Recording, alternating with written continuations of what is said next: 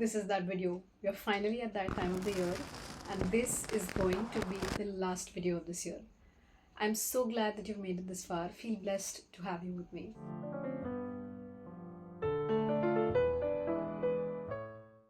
Hello, I'm Shivangi Mukherjee. If you're an old viewer, I'm glad to have you back on my channel. If you're a new viewer, I make content on self-love, mindsets, and personal growth. If you've read the title of this video, you already know what this video is going to be about. December is about to end, January is just around the corner, and this is the time that people sit down and come up with New Year's resolutions. We set New Year's resolutions only for these goals and resolutions to have an inauspicious ending when we have not even entered 6 months into the year. So this video is going to be your handy guide on how to make those New Year's resolutions and how to meet them.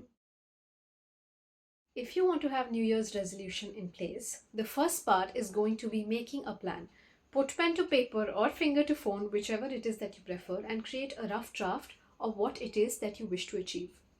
Once you've done that, and once you have a draft or lists of things that you want to achieve in the next year, sit down and think what are some challenges that you might be facing in trying to accomplish those tasks. For instance, let's say my goal might be to cook healthier meals during the day, but this might be an issue for me because I have a really busy lifestyle. How will I cook healthier meals more often? So from what we can see that your lifestyle is getting in the way of accomplishing this goal, right? That is the challenge. So now we are going to have to tweak our goal in order to be compatible with our lifestyle. So in this case, we might be thinking to ourselves that, all right, I might not have enough time during the day to cook. So let's just look up recipes that are easy and less time consuming. That way I'll be able to eat healthy, and I'll also be able to have my daily routine that I usually do without having to compromise on the lifestyle that I'm leading. If you're trying to have a lifestyle goal in place, like a healthier lifestyle goal in place, for instance, let's say you have a habit of smoking and you really want to quit. For this, then you cannot exactly tweak the goal,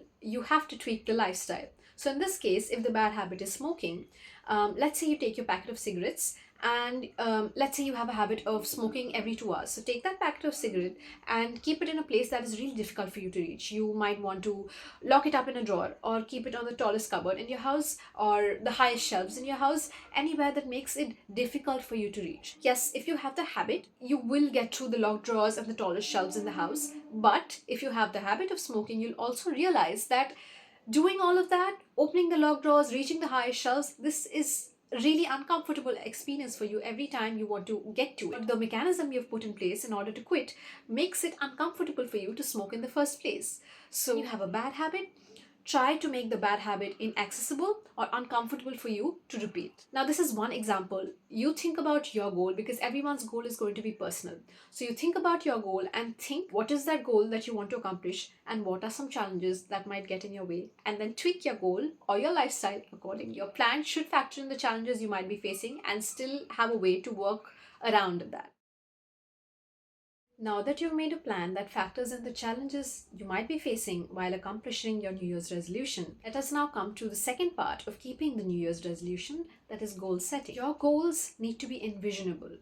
When you make a goal, try not to have it just in your head. Make a vision board if you feel like it, if that works for you. Put up pics of it if you don't want to go for a vision board, but make sure you are seeing that goal, either in the form of text or in the form of video or audio, whatever it is that suits you.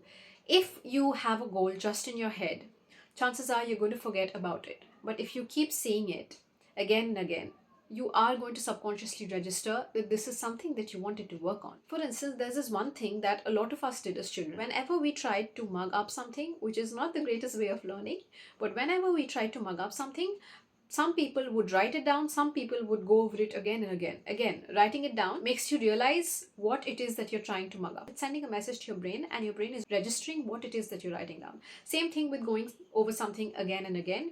You are constantly, your ears are picking up on constantly what it is that you're saying again and again, and you're finally able to memorize it. Same thing with your goals. You don't have to mug up text or you don't have to mug up your goals, but just try to have it in front of your eyes where you can see it every day. Next thing about goal setting is when you are setting goals. Let's say I want to exercise more. Doesn't work. When you're trying to set up goals, try to set up small, actionable goals. Do not have goals that are vague in nature, be specific. For instance, I say that I want to exercise more next year. Vague. My goal is going to be, I want to exercise 3 times a week for 30 minutes. You tweak that goal how it is for you. I just gave an example that came to my mind. Everyone's goal is specific. Try not to be vague with your goals. If your goal is to write more, read more, be specific. Read how many pages a day, read for how long. Have those factored in, because when your goal is vague, it is very difficult to track that goal, to be consistent, or to measure success when it comes to that goal. But if you're specific, you will know that at the end of the year, or whenever it is that you're measuring yourself, you will know that you have followed through with that goal, or if you've not followed through with that goal. The third and the most important point when it comes to goal setting, and which I see so many people do wrong, is when we think of New Year's resolution, we try to put a band-aid over our entire life. And by that I mean we want quick fixes. We want to do everything. We want everything in place at the same time.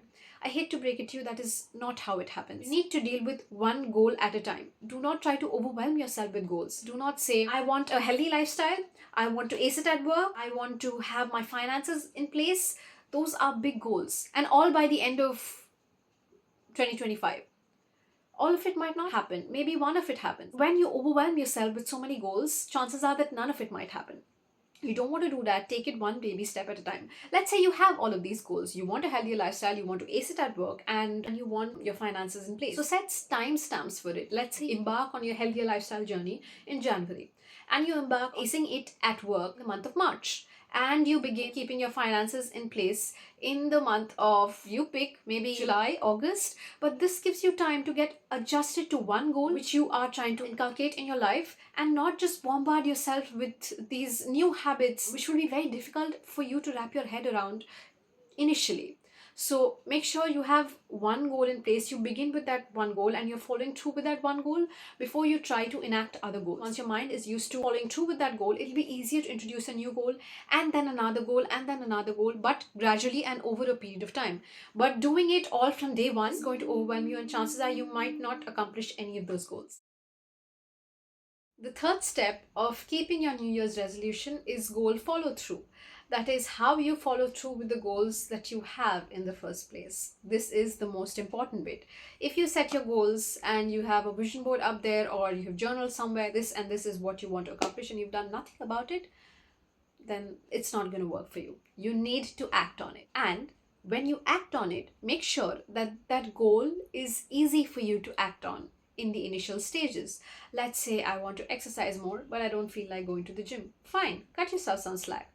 If you're in your PJs, work out in your PJs. The goal is to get towards a healthier lifestyle, right? So then you should be able to work out in your PJs. There's no rule that says that if you work out in your PJs, you might not reach a healthier lifestyle. If you work out in a workout gear, then you will attain a healthier lifestyle. As long as you're enacting the goal, that's all that matters. Now, all goals are actionable habits. Let's take the example of you wanting to accomplish a healthier lifestyle. So let's say in this week, I have not been to the gym for 2 days, but I have been to the gym for 5 days. Make sure that the goal that you have in place, you enact the goal more times than you do not. In this case, I am going to the gym more times in the week than I am not. It is okay to give in to lazy days, but I'm going more number of days than I'm not going. So it means that I'm being consistent, I'm being regular, and at the same time, I'm having my lazy days or my off days from the goal.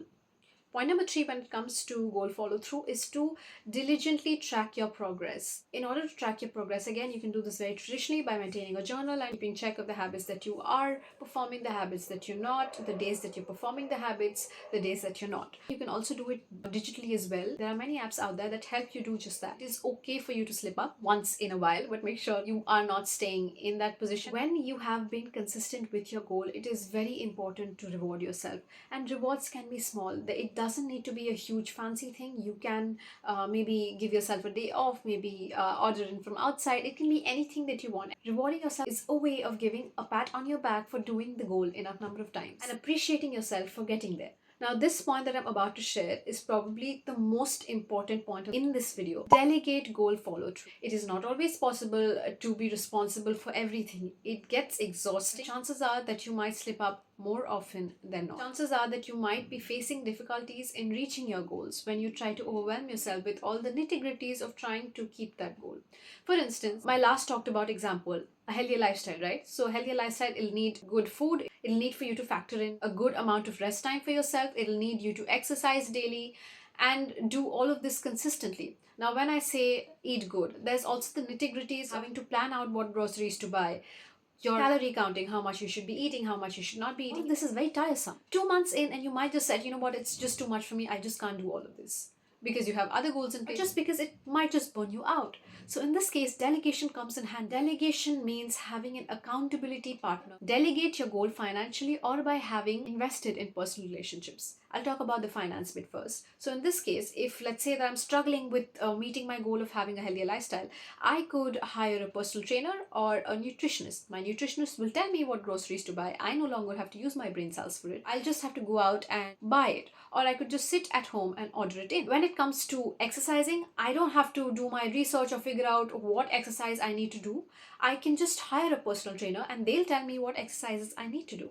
So now I have a lot of it off my plate and I can just focus on doing the eating and doing the working out, and the rest will fall in place. Now, not everyone is privileged enough to outsource goal follow through financially, and I realized that, which is why you could invest in personal relationships. If you want to show up at the gym more often, lead a healthier lifestyle, find yourself someone who does just that at the gym you show up to. So this partner could be like a workout partner, accountability partner in the particular goal that you want to attain. Check in with them more often on what it is that you're eating. Talk to them about your food choices. Try to take inspiration from them. At the gym, try to work out with them or go to the gym at the same timings as they are. So they could be a partner who keeps you in check. You can find this partner not only in a stranger, you can find it in your parents, you can find it in your family, you can find it in friends. It can be anyone at all. It is easier for people to find fault in others and to tell someone else that they are not doing well than to direct all of that attention inwards and tell ourselves that we're not doing well. So you might not be able to notice when you're slipping up, but your accountability partner or your trainer or your nutritionist might be able to point out when you are slipping up and you have not been consistent. Which is why when you outsource goal follow through, it becomes that much easier to meet those goals. The last point in wanting to follow through with your goals is to follow people who keep you inspired, is to follow the people who already are where you want to be. Now, when you do this, always remember, if you follow someone online, take their lifestyle with a grain of salt. You might see them flashing a fancy car, a fancy house, having the perfect gym selfie, but not everything is real online. Before you follow someone, make sure that you've done your research and you know at your end that they are authentic and your gut agrees with them. One more thing that I need to mention that I've seen happen when people start following other people who were supposed to inspire them is that they might start feeling jealous or begin comparing themselves with the other person. Again, this is very natural and normal to happen, especially let's say if I'm following someone my age who has all of the things that I don't. So in this case, I would say that instead of focusing on that flashy car or that big house, what you can do is to look up how either they or someone else, how they reached where they did. Now, let me tell you that the house might be aesthetic, the car might be aesthetic, but the discipline required, the struggle required, the money they needed to make in order to get there is not going to be aesthetic, is not going to be pleasing to the eye. And chances are, when you break down the lifestyle that you see someone else leading and you realize the amount of work needed to get there, your feelings of jealousy might just get replaced by feelings of inspiration, motivation, wanting to get there and wanting to put in the work to get there. So let's say I want to lead a healthier lifestyle. I'm busy looking at all of these Instagrammable bodies online and it's making me insecure and I feel the need to compare myself to those bodies. So now what I'm going to do is I'm going to not look at those bodies anymore. I'm going to look at videos of meal prep. I'm going to look at videos of how to do a squat, calorie counting, food prep, showing up to the gym when I don't feel like. So now the attention has diverted from the aesthetic bit of things and now my focus is on things and the discipline needed and the struggle needed to reach there. So my mind is no longer distracted and trying to compare my body with somebody or be jealous of somebody. So you see, when you have a goal and when you follow someone and you begin comparing yourself, feeling jealous, very natural again, what you do is break down that goal, focus on the nitty-gritties and then look up those nitty-gritties, people doing those minute details to reach where you want to go. So now that you've made a plan, you have set your goals and you're following through with your goals, you might say, Shivangi, I have the formula in place. I'm going to meet all my goals now. No, you might not. And you need to be comfortable with the idea of you not meeting your entire checklist, which is going to be my last point before I end today's video. And that is going to be to factor in flexibility and showing yourself grace. You are already doing enough when you're trying to meet all of these goals. It is alright if you don't meet one or two goals and those goals spill over into next year and you might not be able to accomplish it this year. Do not try to pressurize yourself. Building new habits can be hard, okay? Because what you're essentially doing is trying to rewire the habits that have not served you any longer. So when you're doing such a difficult thing, it is important that you show compassion to yourself. So do not be hard on yourself if you do not meet a certain goal this year. Be patient and give yourself as much time as you need to reach that goal, even if it takes a few years. With that, we come to the end of today's video. If you found this video helpful and if you felt like I added to your screen time, it would mean the world to me if you hit the subscribe button and kept your eye out for more such similar videos. Thank you. I will see you in my next video. Bye bye. Take care.